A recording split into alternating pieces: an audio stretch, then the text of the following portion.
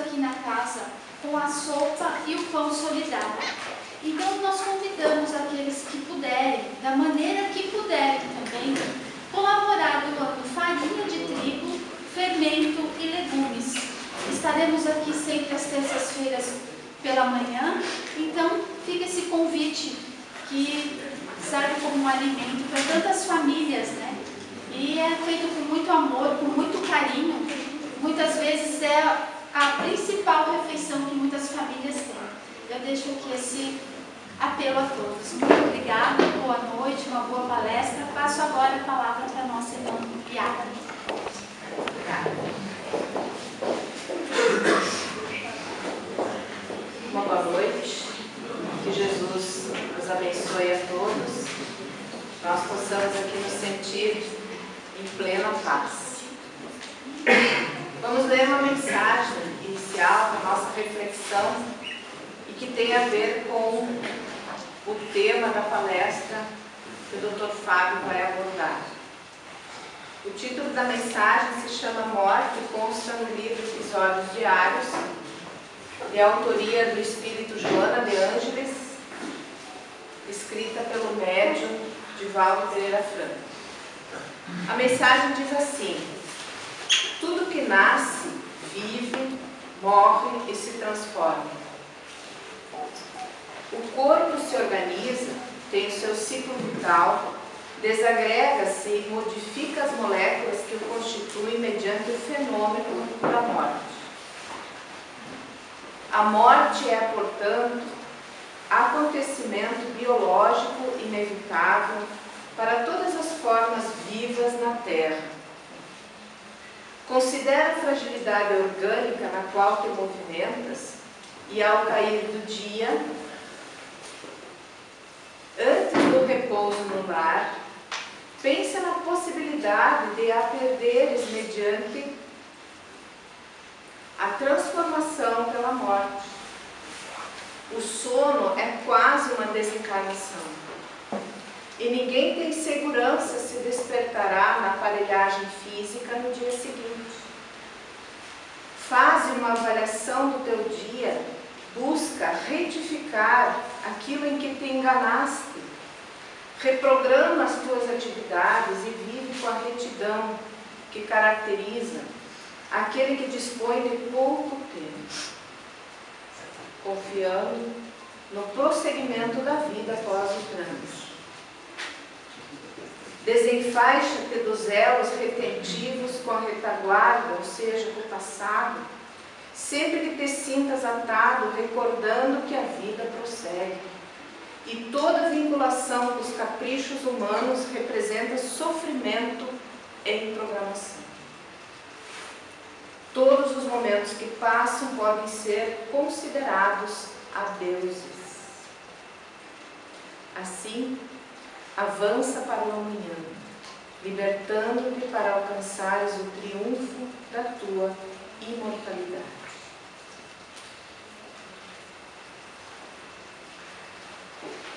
Convidamos então a todos nesse momento para fazermos uma prece inicial.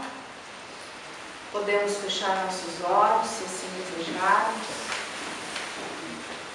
e elevar o nosso pensamento a Deus, rogando um amparo para o nosso palestrante, Dr. Fábio, que ele seja bem inspirado, como será, nas suas abordagens em torno de um tema significativo e muito importante para todos nós. Por que temos medo da morte? Se somos imortais, se Deus nos ampara sempre onde quer que estejamos, que as energias de paz, de amor, de esperança, de consolação nos envolvam a todos e que possamos ter aqui bons momentos reflexivos e de elevação. Que assim seja. Nós agradecemos o convite que foi atendido, a presença de todos, Em especial, agradecemos a presença do Dr. Ailton Luz, que também atua no Centro de Alta Complexidade de Oncologia aqui do Juí, e é colega do Dr. Fábio Frank, que é o coordenador desse centro. E desejamos a todos uma ótima noite. O nosso irmão Fábio, que já esteve aqui outras tantas vezes, vai falar hoje, como citamos, sobre o tema Por que temos medo da morte? Então, ele é o coordenador do CAPOM, médico oncologista e espírita, atuante em palestras, participa aqui desta instituição. Seja bem-vindo, Fábio, mais uma vez. Boa noite a todos que gentilmente atenderam o convite para um tema tão palpitante, numa noite tão fria. Obviamente, quando a gente pensa em morte, a gente acaba se dando conta de que a morte, na verdade, faz parte da nossa existência, faz parte da nossa vida. Só que dentro da nossa cultura ocidental, nós não paramos para pensar na morte como fazendo parte da nossa existência. A gente acaba se deparando com ela e que nos acaba levando a muito sofrimento e muita angústia, mas a gente não consegue ainda chegar a um raciocínio lógico de quanto ela é constante, quanto ela faz parte da nossa vida. Analisando as estatísticas, nós percebemos que morrem 2 pessoas por segundo no mundo. Isso por minuto, nós temos mais ou menos em torno de 110, 120 mortes por minuto. Então, provavelmente nesses 40 minutos, 1 hora de palestra, nós devemos ter aí cerca de talvez centenas, milhares de mortes só no decorrer desse tempo. Então a morte faz parte da nossa existência. Então nós temos que pensar na morte como uma etapa da nossa vida. E é exatamente por isso que quando nós vamos analisar a doutrina espírita e aquilo que o Allan Kardec nos deixou, nós frisamos que Allan Kardec matou a morte, porque ele nos trouxe um conceito completamente diferente dessa etapa dentro da nossa vida, que faz com que a gente entenda tudo o que acontece conosco. Então nós habitamos um corpo físico que na verdade é uma vestimenta que nos é emprestada para que a gente possa desempenhar a nossa tarefa aqui nesse plano que é físico. Então se nós estamos num planeta físico, nós precisamos de um corpo para estar aqui desenvolvendo as nossas atividades. Esse corpo, ele tem mais ou menos a duração em torno de 70 a 80 anos, que é a expectativa de vida média, hoje de um brasileiro. Um pouco mais para as mulheres, um pouco menos para os homens. Só que a gente sabe que ele é finito, que no momento então que nós nascemos, nós já começamos também aos poucos a morrer, porque esse corpo tem uma duração que é limitada. Por quê? Porque ele é físico. Só que dentro desse conceito, a morte não é o fim. A morte é apenas uma passagem.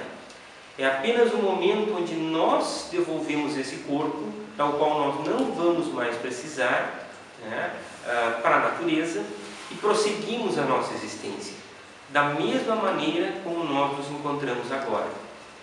Nada muda.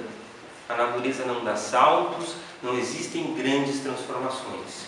Nós apenas deixamos esse plano terrestre material e prosseguimos vivendo no mundo espiritual. Isso muda completamente a nossa concepção de que a morte é o fim, de que quando alguém morre, nós perdemos alguém. Primeiro porque, na verdade, as pessoas não nos pertencem. Nós convivemos com outras pessoas dentro da grande família espiritual que nós habitamos, e essas pessoas estão conosco exatamente pela necessidade que nós temos de conviver com essas pessoas, mas elas não nos pertencem. Então a gente não... eu perdi meu filho, eu perdi minha esposa, eu perdi minha mãe. Não, nada se perde. A gente apenas se separou momentaneamente porque aquela pessoa terminou o seu projeto, a sua existência e passou para outro plano. O que chama atenção é que isso nos causa ainda muita aflição, Porque dentro das concepções religiosas que nós temos, nós vamos encontrar ainda a questão do juízo final, onde nós, então, depois de morrermos, né, vamos estar lá repousando até que nós sejamos julgados e aí a gente seja separado, quem vai para o paraíso de contemplação ou quem vai ser punido eternamente no inferno. Então a gente acaba tendo medo da morte, né, e tendo medo de Deus. E isso nos afasta de Deus, porque essa ideia é uma ideia que acaba não sendo racional e não sendo compreensível, porque ela não torna as coisas justas. Ela não traz explicações para aqueles casos de pessoas que vivem pouco tempo, pessoas que desencarnam com alguns dias de vida, jovens que desencarnam em tenra idade, pessoas que acabam desencarnando no auge das suas profissões, da sua vida, onde está tudo funcionando bem. Então, qual é a explicação para tudo isso? Então, entender a morte faz com que a gente entenda a vida, porque a morte faz parte exatamente desse nosso plano existencial. Eu vi um pensamento, um raciocínio que faz com que a gente compreenda um pouco melhor. A vida, ela é real, ela está no plano espiritual. Nós estamos aqui como se nós estivéssemos, então, numa escola, num aprendizado. Quando nós viemos para cá, então nos é emprestado um corpo para que a gente possa desempenhar essas funções. Tudo que a gente aprende, né, no mundo espiritual, nós voltamos para cá, então, nessa existência, para que a gente possa, então, colocar isso em prática. E por isso que a nossa Terra é chamada de mundo de provas e expiações. Funciona bem como uma escola mesmo, né? Quando a gente está em casa, estuda, né? Sabe a matéria, a gente chega lá na escola e tem prova, né? A gente é colocado em prova o nosso conhecimento. Então, tudo aquilo que nós aprendemos com relação à vida, o que é certo e o que é errado, o que nós devemos fazer, nós acabamos voltando aqui para a Terra para colocar isso em prática.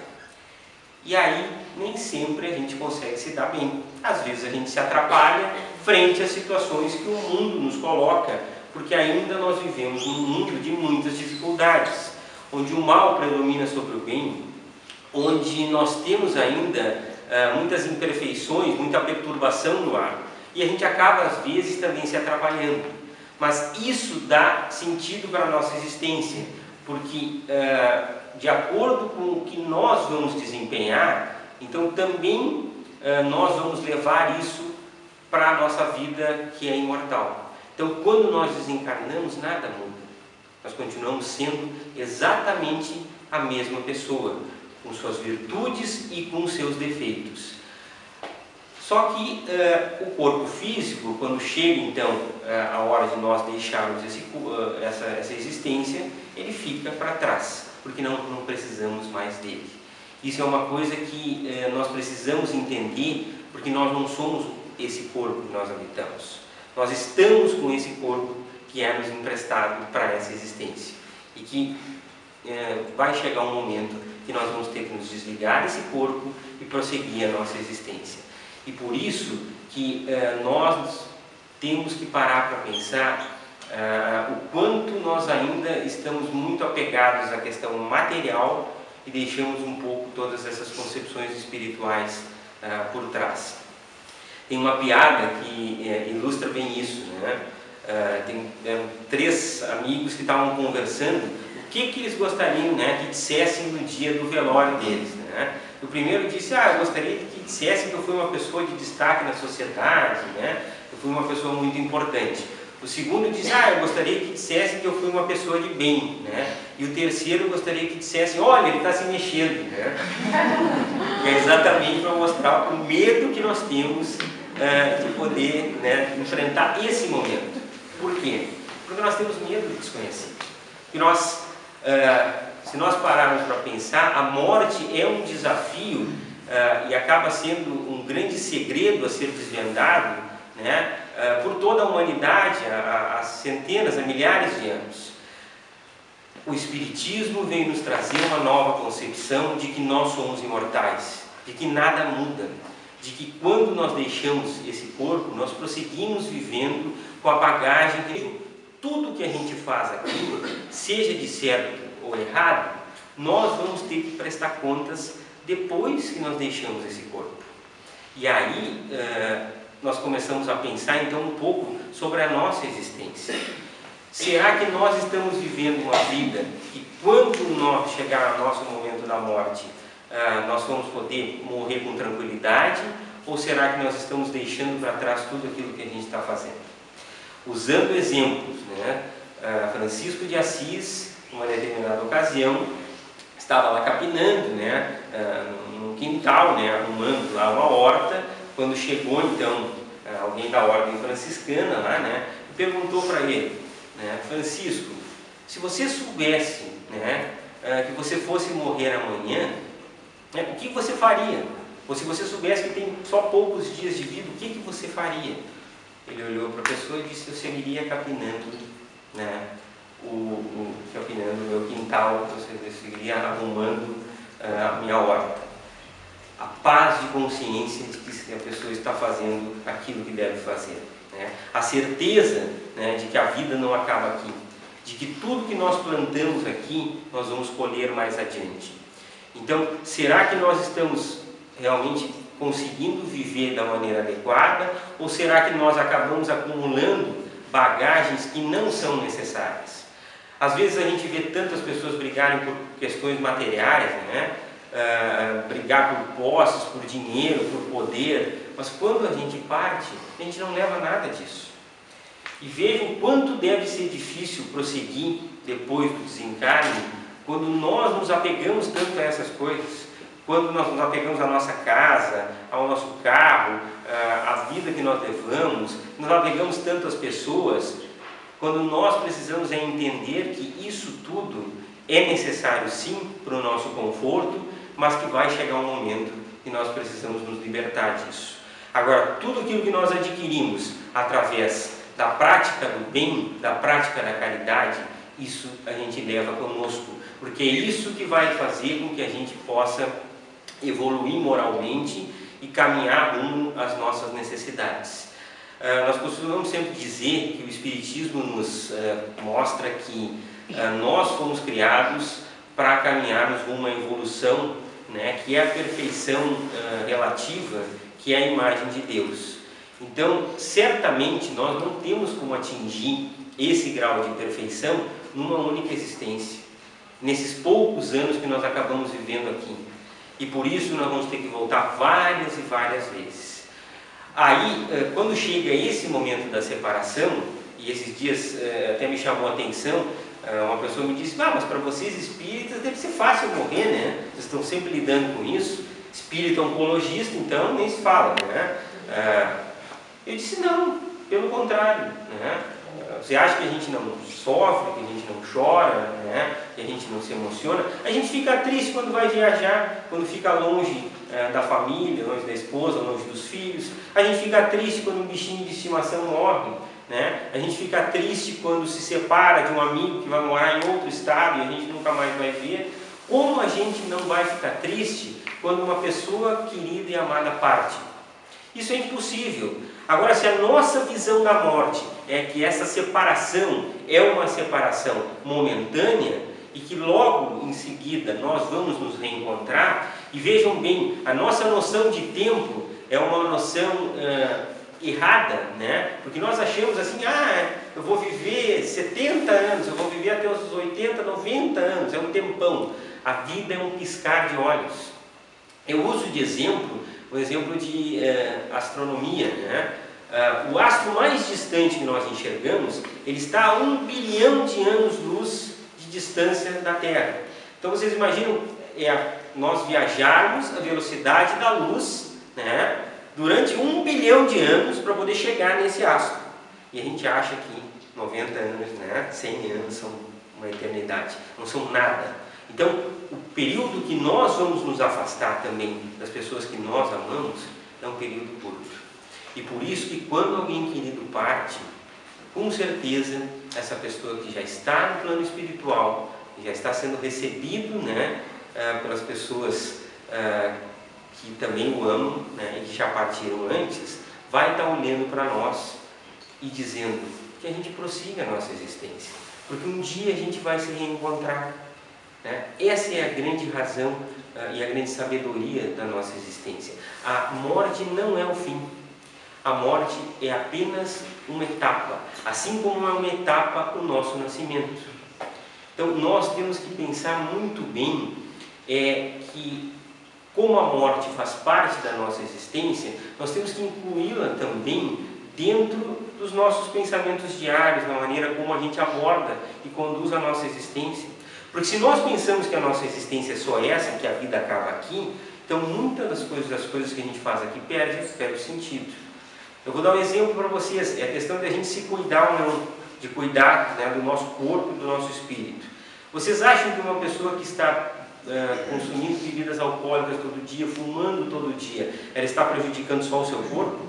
Então, dentro dessa concepção de que o corpo nos foi emprestado, usando também uma outra comparação, né, uma pessoa comparando o corpo a um carro, eu compro um carro, tá? Então esse carro, se eu cuido dele todos os dias bem, né, se eu faço a revisão, a manutenção direitinho, eu não deixo ele ao relento, não enfio ele em buracos, né, eu não tive nenhum acidente de trânsito, esse carro vai durar mais. Agora, se eu não me preocupo com a revisão, eu não troco o óleo, né, eu enfio o carro em qualquer buraco, eu deixo ele no relento, obviamente ele é material, ele vai durar menos. Agora, dentro disso tudo, nós temos que pensar na essência, que é o nosso espírito. Todos aqueles vícios que nós consumimos acabam também impregnando o nosso perispírito e fazendo mal e prejudicando o nosso espírito. Então aquela ideia de que quando o paciente está lá com um câncer muito grave, né, que ele fuma 4 carteiras por dia e que a pessoa vem e diz: doutor, mas ele vai morrer mesmo, né? O que adianta ele parar de fumar? Deixa ele agora com o cigarrinho dele. Ou como uma paciente me disse, né, ela ficou curada do câncer, era um câncer de mama, e ela bebia e fumava. E parou de beber e eu disse: olha, a senhora tem que parar de fumar, porque senão a sua doença vai voltar, a senhora continua agredindo o seu corpo. Mas doutor, já tiraram a minha cervejinha, agora eu vou tirar meu cigarrinho, eu vou viver para quê? Aí, outra concepção daquilo que nós estamos fazendo aqui. Se nós não sabemos o sentido da nossa existência, se nós não sabemos o que nós estamos fazendo aqui nessa vida, nesse momento, então tudo fica vazio. Então a gente acaba andando em círculos. Nós vamos ter ou as pessoas correndo atrás de posses materiais sem saber exatamente o porquê, ou pior, as pessoas por aí andando de um lado para o outro sem saber para onde vão, porque é uma vida sem rumo e sem sentido. Agora, quando nós entendemos que o que vale da nossa vida, né, e que nós estamos aqui para praticar a lei do amor, a lei que Jesus nos ensinou, e vejam, nem Jesus, né, ficou livre de ter que passar pela experiência da morte, e ele nos trouxe isso também como lição, a vitória sobre a morte. Quem somos nós? Então, praticar a lei do amor também vai fazer com que a gente possa evoluir e se libertar ao ponto de que quando chegar a hora, né, que nós tenhamos que também partir para outro plano, a gente possa partir de consciência tranquila. E quando é que a gente aplica essa lei do amor? E o amor que eu falo aqui é o amor em forma de caridade, o amor de bem ao próximo, que é a verdadeira caridade que nós precisamos fazer. É no dia a dia com a nossa família, com os nossos amigos, no nosso ambiente de trabalho, né? Para quem estuda na escola, onde a gente vai estar interagindo com as outras pessoas e vão aparecer inúmeras situações. Então aquele conceito da prova mais uma vez aqui colocado, né?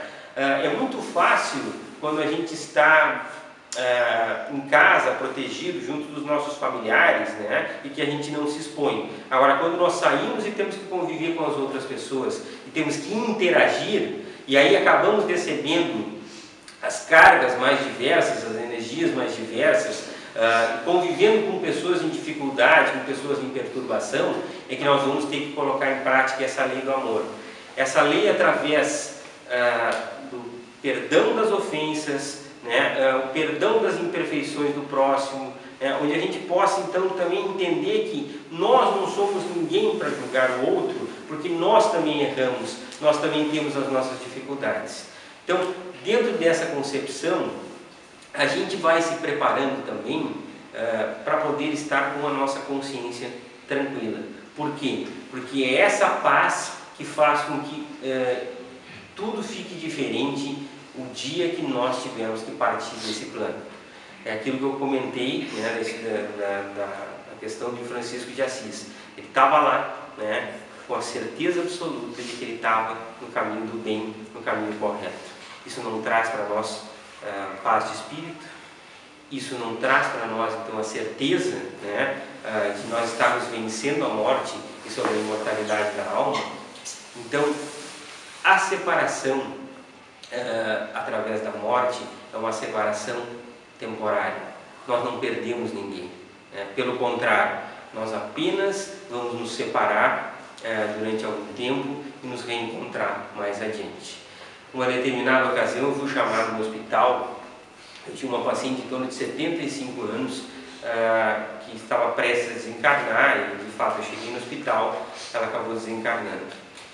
Na saída, então, quando eu fui providenciar toda a documentação, eu saí com a filha, e a filha me dizendo: doutor, se eu souber que eu tenho câncer, eu vou me dar um tiro na cabeça, porque eu não quero passar por todo esse sofrimento. E eu comentei com ela: mas a tua mãe teve uma morte tranquila, ela teve um desencarne tranquilo, esse processo foi todo, né, em paz, né? E pensa bem, nesse momento, quem sabe ela não está sendo recebida pelos que já se foram. Quem sabe a mãe dela, né? Quem sabe a mãe dela não está de braços abertos agora esperando e recebendo ela. Ela parou, arregalou os olhos e me disse: doutor, nas últimas 3 noites, só o que ela falava era da mãe dela. E o que ela dizia? Ela dizia que a mãe dela estava aqui e que já tinha vindo buscar ela e que ia ficar tudo bem, que ela ficasse tranquila, né? E como é que era a afeição dela? Ela era de mais completa serenidade, ela estava em paz.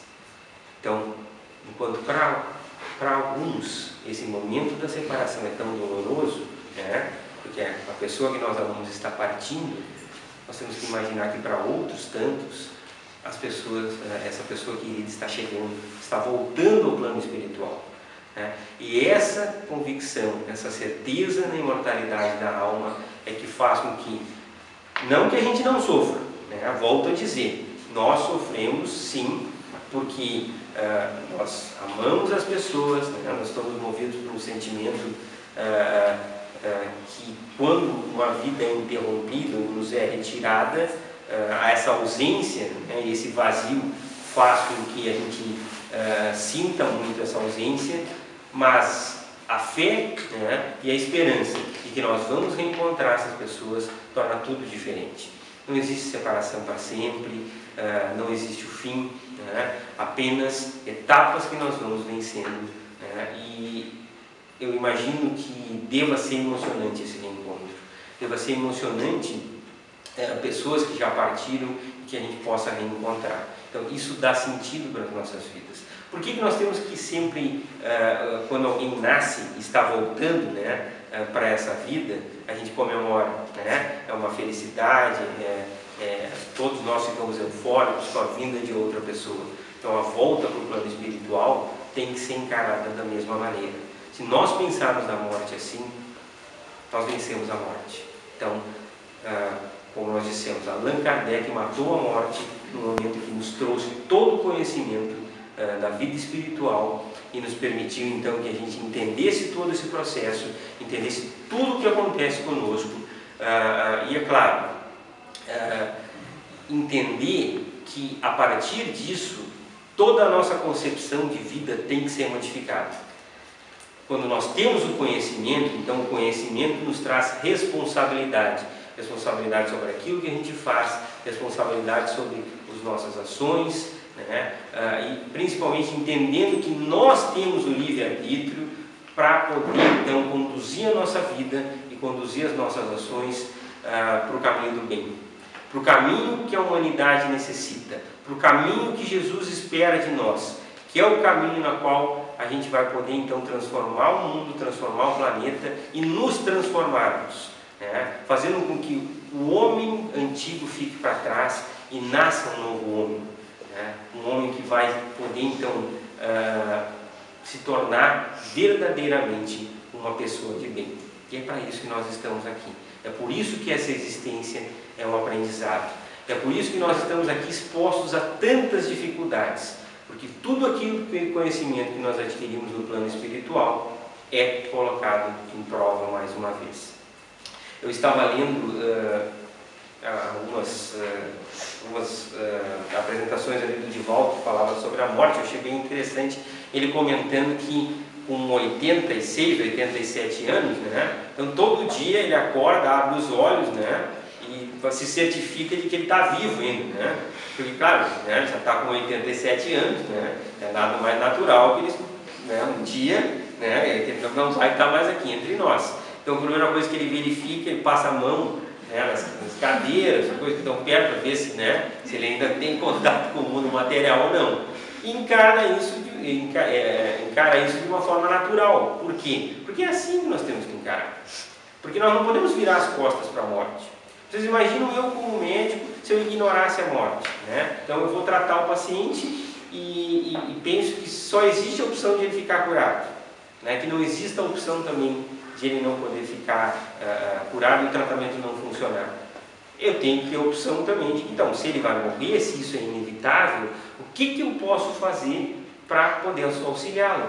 Porque às vezes as pessoas, as famílias, o próprio paciente precisam de auxílio para poder também partir em paz, para poder resolver suas questões. Quantas vezes é necessário que a gente também interfira, né, e possa agir de maneira que essa pessoa possa também ter uma morte mais tranquila, partir em paz com a sua consciência, até resolvendo determinadas questões.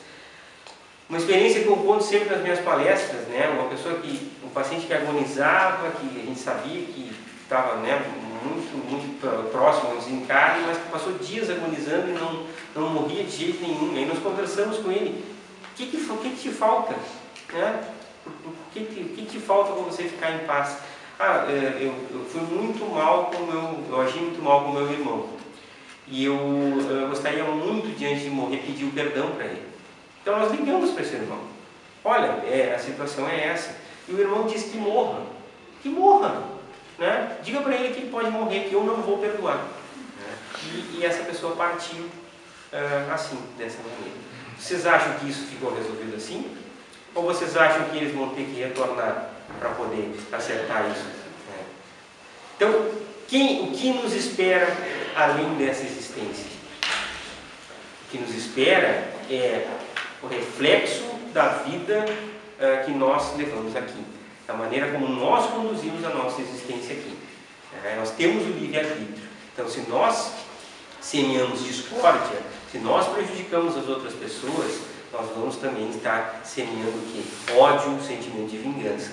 E é natural que, depois da nossa existência, isso também possa se voltar contra a gente. Agora, se nós semeamos o bem, se nós plantamos o amor, nós vamos colher esse amor para além da nossa existência. Então, até o que acontece além da nossa existência, então, nós vamos sempre sim continuar sofrendo com a separação.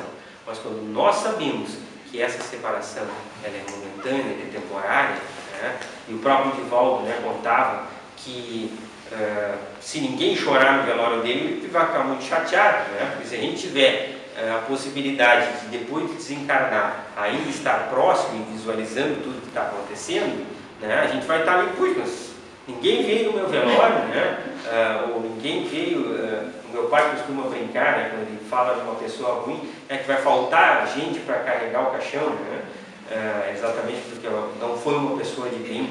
Então, o que nós plantamos, né, nós vamos colher. Então, a lei do amor, mais uma vez, é a lei da libertação. É o momento onde nós vamos poder, então, entender tudo o que acontece conosco. Esse corpo é um corpo que nos foi emprestado, uma bênção, uma dádiva de Deus, da qual nós temos que prestar contas. Como? Cuidando dele, sim, para que a gente possa ter uma vida mais equilibrada, uma existência mais reta, né? Para que a gente possa, então, não abreviar essa existência através de maus hábitos, né? Mas sabendo sempre que vai chegar um momento que nós vamos ter que devolver esse corpo e prosseguir, né? o nosso corpo espiritual, onde a gente vai prosseguir então a nossa existência. E isso é uma coisa que é óbvio, que é racional. Vejam as pessoas que desencarnam com idade avançada, né? Corpos já com dificuldades para caminhar, sem audição, sem visão. Eu não quero um corpo desse de volta para mim, né? Eu prefiro ganhar um corpo novinho, folha, né? Na qual então eu possa voltar para cá com a plena capacidade de poder viver uma nova existência, na qual então eu vou poder tentar desempenhar e correr atrás de tudo aquilo que eu me propus. Agora, né, voltando ou ressuscitando, né, com o corpo já lá com 99, 100 anos de idade, né, completamente já abalado fisicamente, isso não tem lógica, isso não tem razão. Então, aqui nós entendemos de novo todo esse processo. E é por isso que o convite que se faz é que a gente possa estudar mais, que a gente possa conhecer mais sobre a nossa existência. Porque entendendo a nossa existência, entendendo a vida, nós vamos também estar entendendo a morte. Nós vamos estar entendendo por que as coisas acontecem, por que as situações se colocam dentro do nosso dia a dia de repente, por que algumas vidas nos são retiradas abruptamente, às vezes sem razão. Né? E mais, entender que nós temos que prosseguir a nossa existência, que nós precisamos às vezes, até em respeito às pessoas que já desencarnaram e que precisam prosseguir a sua existência, né? Tentar mentalizá-las sempre de um jeito positivo.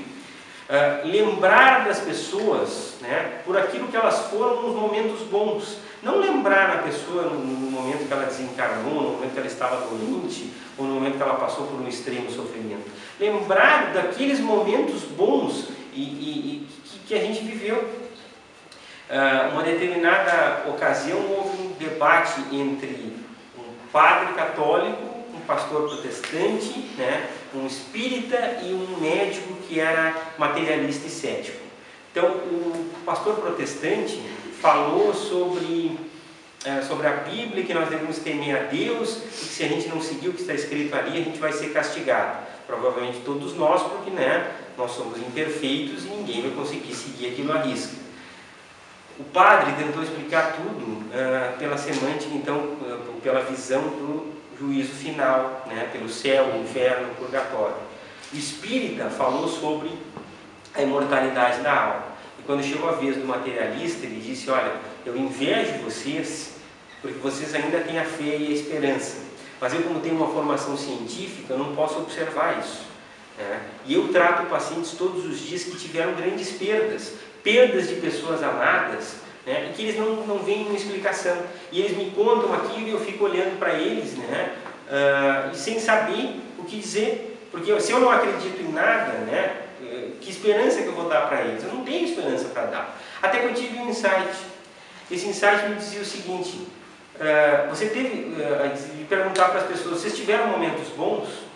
Tivemos, né, muitos momentos bons. Eu acompanhei isso, eu acompanhei aquilo. Então é disso que você deve se lembrar. É essa recordação que você tem que ter da pessoa amada. Né? Porque pensar em tudo de bom que a gente conseguiu viver, enquanto foi boa essa convivência, enquanto foram bons esses anos, né?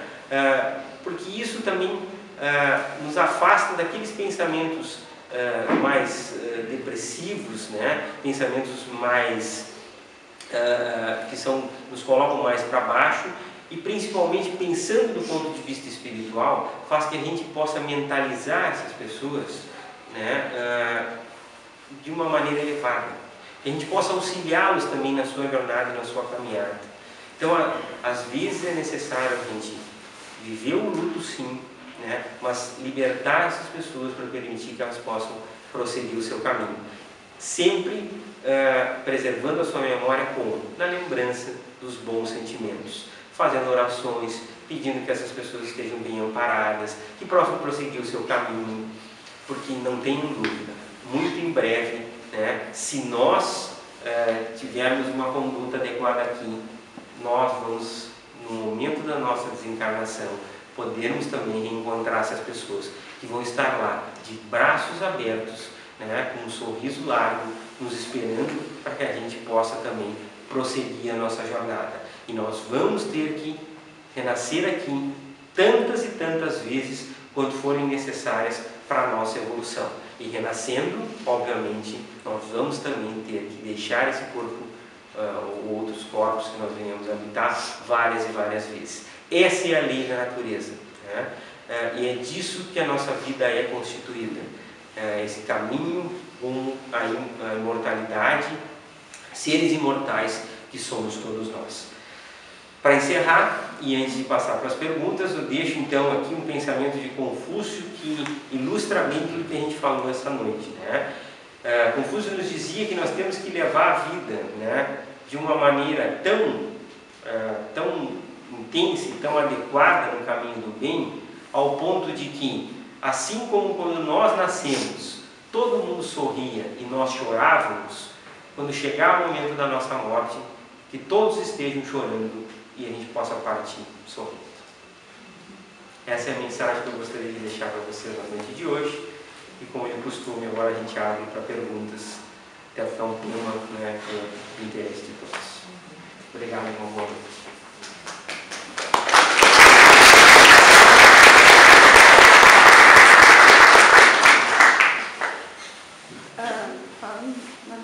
Uma coisa, quando o senhor falou da parte materiais ali, né, tudo, nós tínhamos uma tia nossa, que morava em Portela, e ela tinha uma casa assim, enorme, tem até hoje uma casa rica, né, bonita, tudo, e a minha mãe sempre, de vez em quando, ia lá.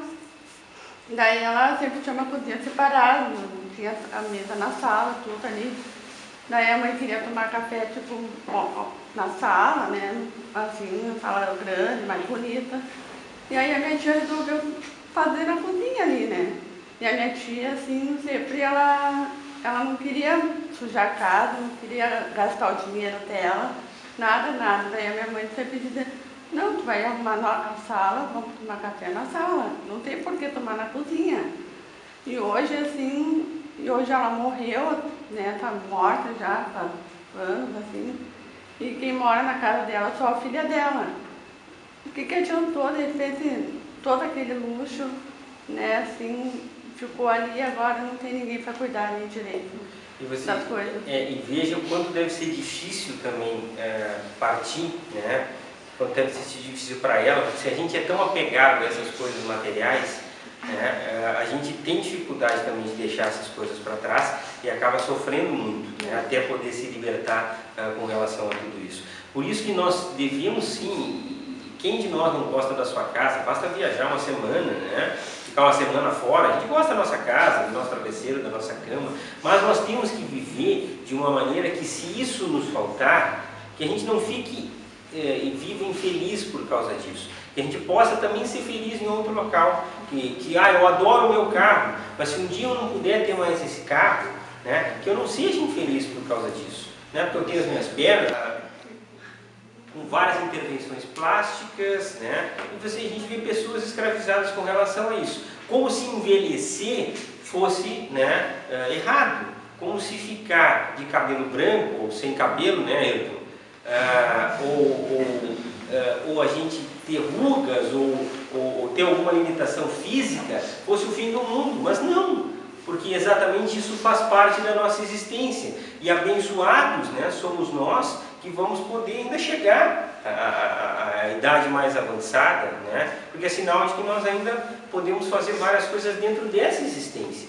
Então, quando a gente se apega muito a essa juventude e acha que a felicidade ela está atrelada a isso, né? Quando então o corpo, né, já não dá mais conta, a pessoa não consegue mais conviver com isso. Quando o eterno elixir da juventude, na verdade, é esse conhecimento sobre o amor que nos libera. Esse é o elixir da juventude, porque independente da nossa idade aqui, independente do corpo que nós habitamos, né, nós entendemos que qualquer situação que exista aqui, física, ela é temporária, ela passa, seja de tristeza ou seja de felicidade. Agora, aquilo que nós cuidamos e aquilo que nós carregamos com a nossa bagagem espiritual, isso sim é para sempre. Então, às vezes, a gente tem que deixar um pouco, né, não dar tanta bola para essas coisas materiais, né, usufruir desses bens para o nosso conforto, porque nós precisamos dele. Nós precisamos de um carro, porque isso facilita a nossa vida, né? A gente precisa de uma casa, porque a gente não pode dormir ao relento, mas a gente não deve se escravizar disso. Já está se libertando e, sem dúvida, vai ter um desencarne mais tranquilo a pessoa que consegue entender isso melhor e consegue, então, não se apegar tanto a essas coisas.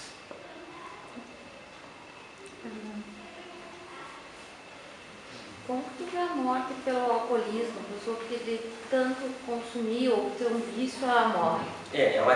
Primeiro, ela acabou abreviando a sua existência, né? E ela vai ter que prestar contas disso exatamente porque os anos que você teria, né, poder viver aqui e aproveitar essa existência, você acaba abreviando pelo prejuízo, né, que o álcool acaba causando. E quando ela desencarna, sem dúvida, ela vai estar num estágio de perturbação.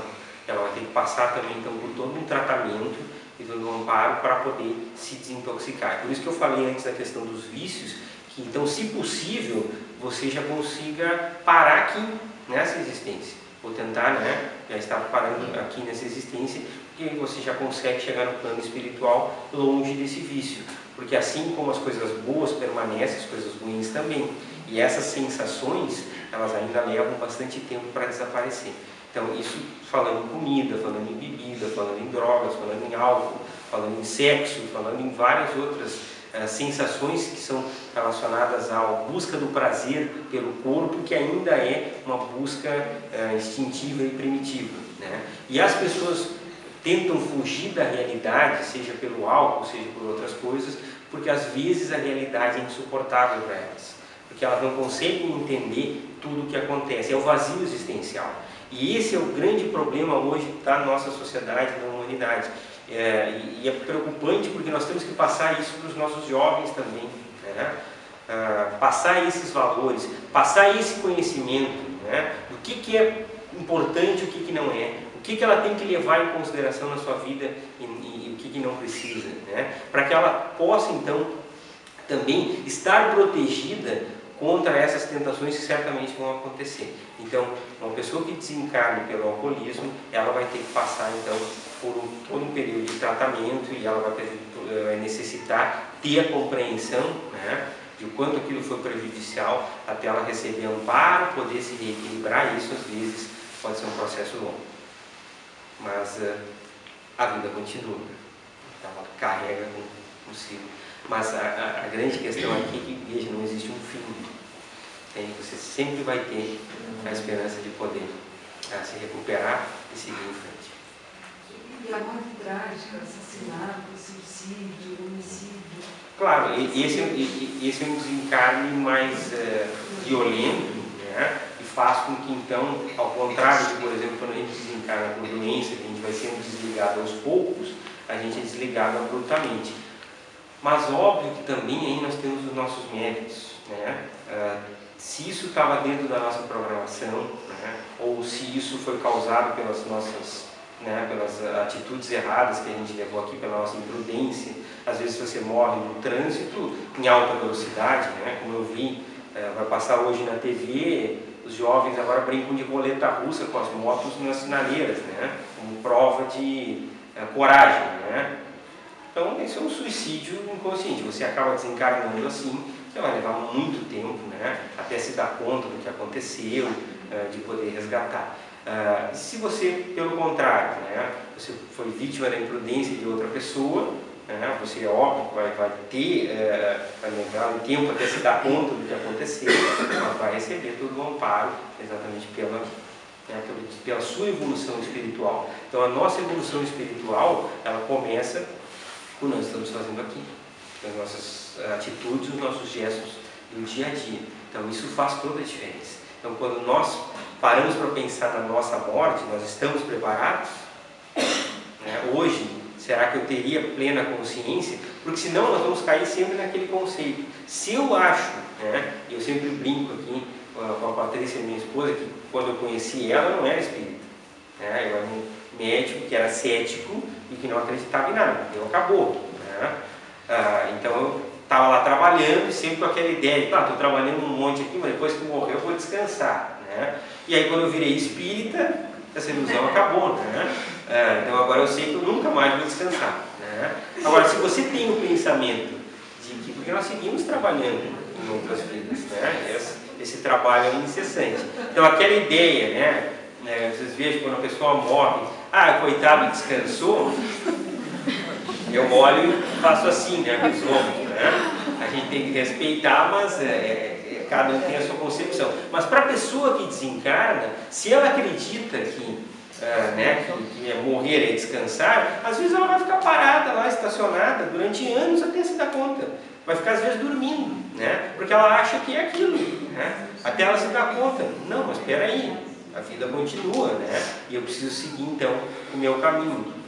Então, essas concepções elas têm que ser muito bem avaliadas, e como a gente vai refazendo elas, né, ao longo do nosso caminho, pela experiência que nós vamos adquirindo. Então, mais uma vez aqui, a ideia dessa vida como uma escola, como um aprendizado, a qual todos nós estamos aqui, então, para colocar em prática todo aquele conhecimento que a gente vai adquirindo.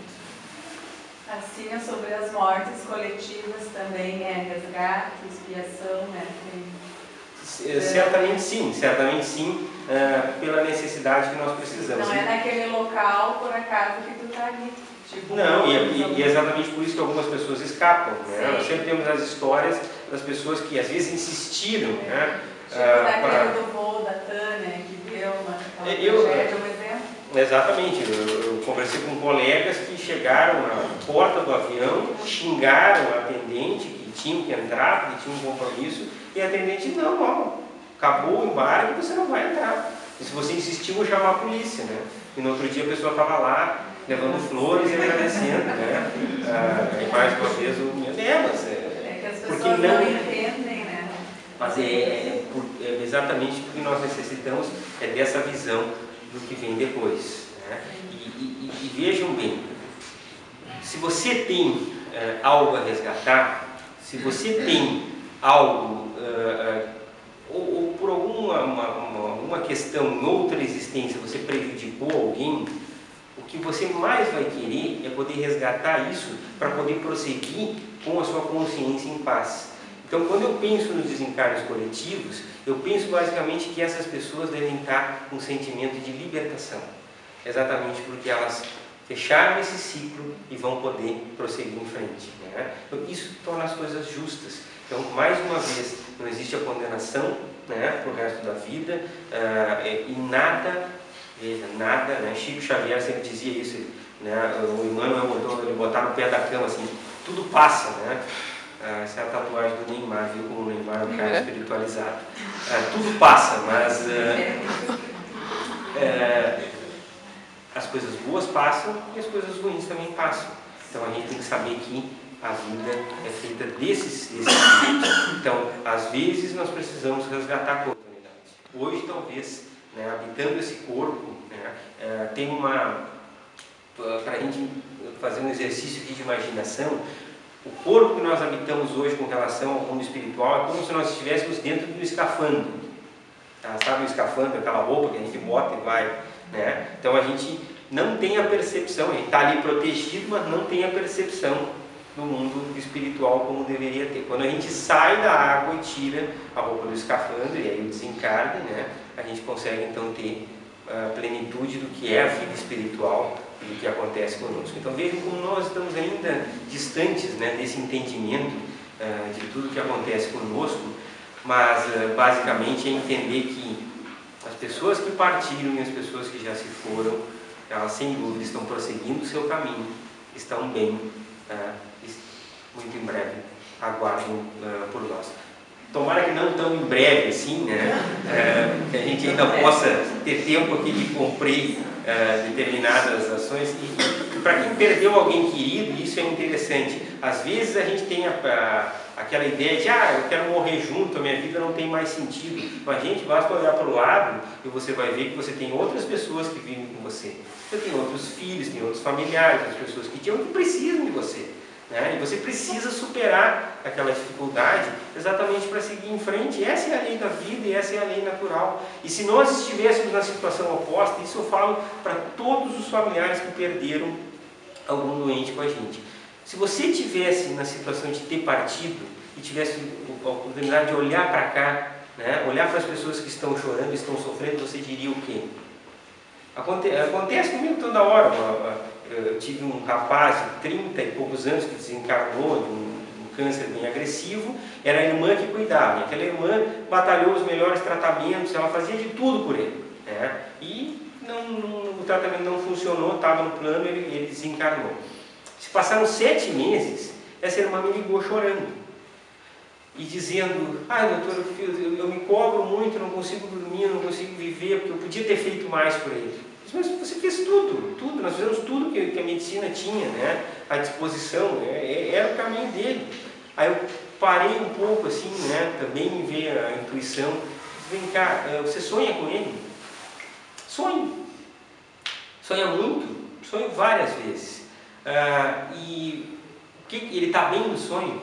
Está muito bem, doutor. Está bem assim como ele sempre foi, não aquela pessoa doente. E ele fala com você? Fala, né? E o que ele te diz? Eu pare de chorar e prossiga a minha vida, porque ele precisa prosseguir a dele também. Essa é a mensagem que tem que ficar. E isso faz com que a gente entenda tudo.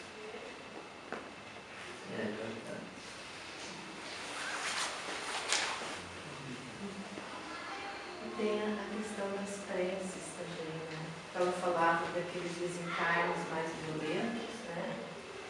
O familiar que fica, ele pode orar. Até para ele poder entrar numa sintonia, porque, gente, nós somos humanos, então a nossa tendência é a tendência à revolta, é a nossa tendência a não compreender aquela situação. Então isso acaba nos perturbando, e certamente isso também gera perturbação para os que já passaram para o outro plano. Então, uma maneira da gente tentar se harmonizar e poder se equilibrar e até passar, né, boas energias é através da oração. A oração na qual a gente então aceite, veja bem, eu não estou pedindo aqui, ninguém seria louco ao ponto de pedir que as pessoas não sofram, né? Eu coloquei isso de maneira bem clara hoje aqui, que isso a gente tem que deixar claro. A gente sofre quando o nosso time de futebol perde, né? Então, querer que a gente não sofra quando alguém amado é nos retirado de maneira tão abrupta, isso é impossível, né? Agora, se a gente puder, né, ter um sofrimento mais resignado, e a esperança e a fé nos traz isso, isso proporciona também, né, que as pessoas possam prosseguir e nós possamos prosseguir a nossa existência. E isso é necessário, né? Isso é um processo de amadurecimento. Certamente nós vamos saber todos os detalhes quando também nós partimos desse corpo, né? Mas essa aceitação se torna necessária e dói muito, né? Porque obviamente isso envolve amor, envolve um sentimento que é muito profundo e é muito difícil. E só quem passa por isso é que realmente pode dimensionar ou pode explicar. Então, utilizar as orações, utilizar a oração não só para isso, mas para tudo no nosso dia a dia. Porque é ela que nos mantém em contato com a espiritualidade superior e permite que a gente possa ser amparado, que a gente possa transmitir, né, também esses bons pensamentos, essas boas energias. E você sabe como o pensamento funciona rápido, né? Todos os dias a gente já teve situações na nossa vida, você pensa em alguém e o telefone toca, né? É aquela pessoa, né? Ou né, você liga para alguém e a pessoa diz: eu estava pensando em você, né? Ou você está pensando em alguém e de repente a pessoa cruza o teu caminho. Porque é a força do pensamento, são energias que a gente ainda não sabe como administrar. Então o conselho é focar para as energias salutares, para as energias boas. E basicamente assim, sempre exercitando a nossa capacidade de perdoar, né? E de tentar ao máximo não julgar, né? Porque no fim nós vamos descobrir que tudo tem um sentido e que nada é por acaso. Isso já aconteceu comigo, uma amiga minha, tipo à tardinha assim, já vou ligar para minha amiga. Daí ela, estava pensando em ligar para ti agora, nesse exato momento. Já não é a primeira vez, vai. Não, e acontece com todos, isso mostra a força que o pensamento tem. Eu disse, a gente não morre tão cedo.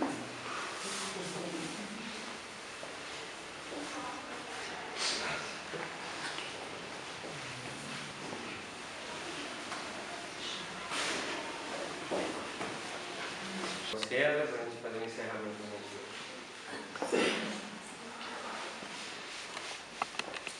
Nós queremos agradecer a presença de todos que deixaram o futebol hoje de lado para vir ter esse momento de reflexão junto com nós aqui.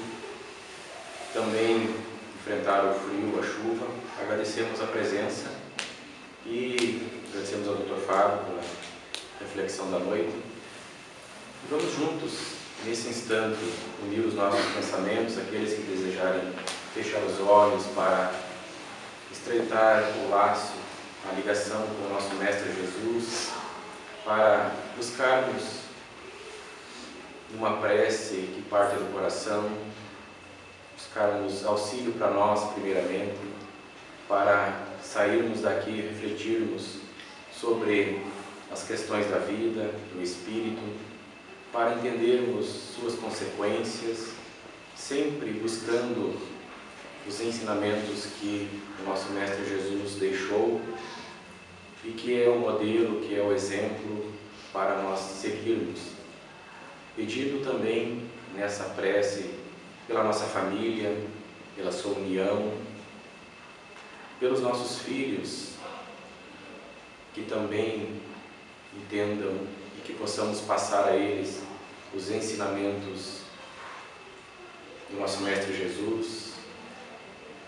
Pedindo também nessa prece por tantas pessoas que hoje não se encontram com as suas famílias, se encontram nos hospitais, buscando recuperar a saúde, pessoas que são tratadas no CACOM, que também possam receber essas vibrações, o pedido de auxílio espiritual, que tenhamos um início de semana repleto de harmonia, de bênçãos, e que essa infinita paz, que essas bênçãos misericordiosas permaneçam junto aos nossos corações e que ela também nos acompanhe. Que assim seja. Uma boa noite e um bom retorno.